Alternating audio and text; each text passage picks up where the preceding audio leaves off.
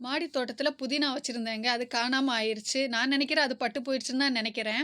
நெறைய வாட்டி இத மாரி கட்டிங் எடுத்து தண்ணீல போட்டு நடணும்னு இப்ப எடுத்து வச்சிருந்தேங்க 2, 3 வாட்டி. அதெல்லாம் நடாம அப்படியே போயிருச்சு. இந்த வாட்டியாவது எப்படியாவது நடணும்னு சொல்லிக்கிட்டு, கட்டிங் எடுத்து வச்சு நடலான்னு எடுத்து வச்சேன். ஆனா நடக்கல. அதனால என்ன பண்ணிட்டேன்னா, தண்ணீல போட்டு வச்சுட்டேன். தண்ணீல போட்டு வச்சாலும் அது வேர் வந்துருங்க. கொஞ்சம் கூட நெறைய வேர் வந்துரும். அதுக்கப்புறம் எடுத்து நட்டுக்கலான்னு தண்ணீல போட்டு வச்சிருக்கேன். அந்த இலைய ஏன் காமிக்கிறேன்னா, அதுக்கு மேல வெயில் பட்டிருக்கு பாருங்க. அழகா இருக்கு பார்க்கறதுக்கு.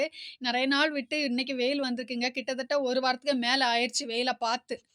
அதனால உங்ககிட்ட காமிக்கிறேன். இதுக்கு முன்னாடியெல்லாம் மங்கலா இருக்கிற நான் கிளைமேட் எல்லாம் காமிச்சிருப்பேன். இன்னைக்கு பளிச்சுன்னு இருக்குது பாருங்க. அந்த வானம், அந்த மரம் எல்லாத்தையும் பார்க்கக்கூடிய டைம் ரொம்ப சந்தோஷமா இருக்கு. வெயிலு நல்லா இருக்கு ஃப்ரெண்ட்ஸ். இன்னைக்கு கிளைமேட் நல்லா இருந்துச்சு. அதுதான் உங்க கூட ஷேர் பண்ணிட்டு இருக்கேன். ரொம்ப நாள் ஆச்சுல்ல, அதனால நமக்கு பார்க்கக்கூடிய டைம் அது கொஞ்சம் சந்தோஷமாவும் இருக்கும்.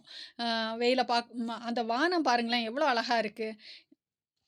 அப்படியே மாடி தோட்டம் வந்துட்டேன் ஃப்ரெண்ட்ஸ். இதில நான் டாலியா செடி வச்சிருந்தத நான் காமிச்சிருப்பேன். ஒரு ரெட் கலர்ல டாலியா பந்து மாதிரி அழகா பூக்கக்கூடியது. அது காஞ்சு போயிருச்சுன்னு அதையும் சொன்னேன். காஞ்சது அப்படியே தான் நிக்குது. எந்த திளிலையும் காணோம். அப்படியே பார்த்துக்கிட்டு இருந்தேன். என்ன ஆச்சு இதோட நிலவரம்ன்னு பார்க்கக்கூடிய டைம் அதோட கிழங்கு எனக்கு கண்ல பட்டுச்சு. அது வெளியில தெரியுது பார்த்தீங்களா? அத தான் நான் உங்ககிட்ட காமிச்சேன்.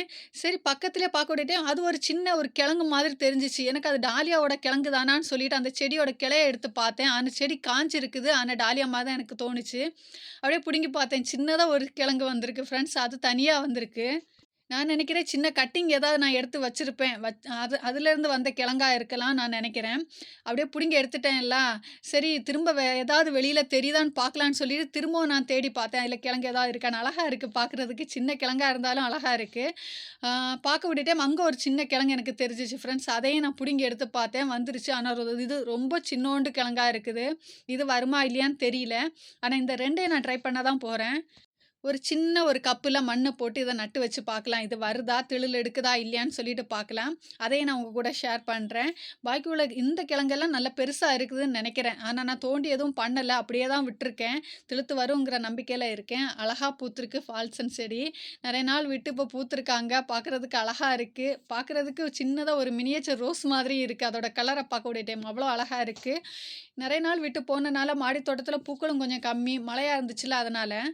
சாமந்தி செடியும் பூத்து சரிஞ்சு போய் கிடக்குது. அது பிடிச்சு கெட்டாம கம்பெல்லாம் வச்சு கெட்டாம அதுவே சரிஞ்சு போய் அதுவே பூத்து நிக்குது. அதுவும் அழகா இருக்குது.